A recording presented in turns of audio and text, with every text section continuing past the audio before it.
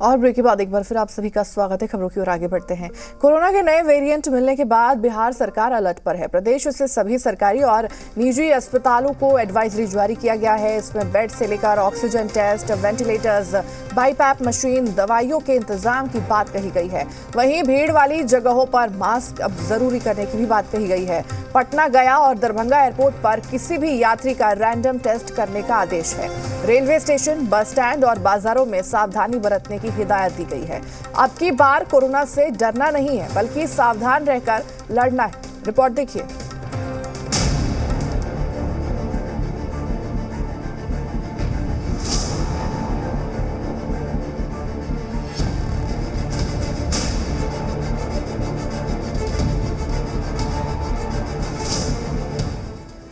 Corona virus के नए सब वेरिएंट JN1 को लेकर एक बार फिर डर का माहौल बन रहा है।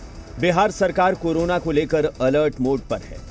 हेल्थ डिपार्टमेंट ने एडवाइजरी के साथ जागरूकता फैलाने की बात कही है। बिहार में स्वास्थ्य विभाग की एडवाइजरी में पटना एम्स, IGIMS, RMRI को अलर्ट रहने को कहा गया है। सरकारी और निजी अस्पतालों को भी अलर्ट किया गया है।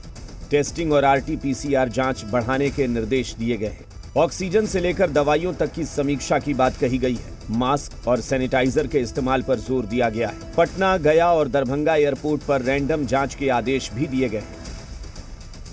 लगातार कोरोना के बढ़ते मामले और नए सब वेरिएंट JN1 को लेकर के बिहार सरकार तमाम जो व्यवस्थाएं हैं उनको दुरुस्त कर रही है। स्वास्थ्य विभाग अलर्ट मोड पर है। अस्पतालों में लगातार जांच के आदेश दिए गए हैं। इसके साथ ही पटना एयरपोर्ट पर भी जो आगंतुक आ रहे हैं उनकी जांच को सुनिश्चित करने के लिए कहा गया है। जो भी आगंतुक आ रहे हैं उनकी रैंडम जांच की व्यवस्था सुनिश्चित की जाए। कोरोना को लेकर पूरे राज्य में तैयारी शुरू कर दी गई है। दानापुर में ESI अस्पताल में आइसोलेशन वार्ड बनाए गए हैं। यहाँ 30 बेड है। ऑक्सीजन की भी कोई कमी नहीं है और तैयारी पूरी बताई जा रही है। अभी तो वो जेनोम टेस्ट करने के बाद ही पता चलेगा। अभी तो उसका वेरिएंट का कुछ डायग्नोसिस नहीं हुआ है, तो लेकिन हो जाएगा तो हम पता चलेगा। उसके लिए भी ऐसे लग तो रहा है कि एट प्रेजेंट तो वीक वेरिएंट ही होगा, उसका कुछ ज़्यादा स्ट्रांग नहीं होगा। तो उसमें भी क्योंकि पेशेंट जो हमारे पास आया था वो पेशेंट सिम्टोमेटिक नहीं था बिल्कुल, उसको बस एक टाइम फीवर आया था। He didn't have any cough, cold, anything. So mostly that variant will be mild one, so we can take care of it.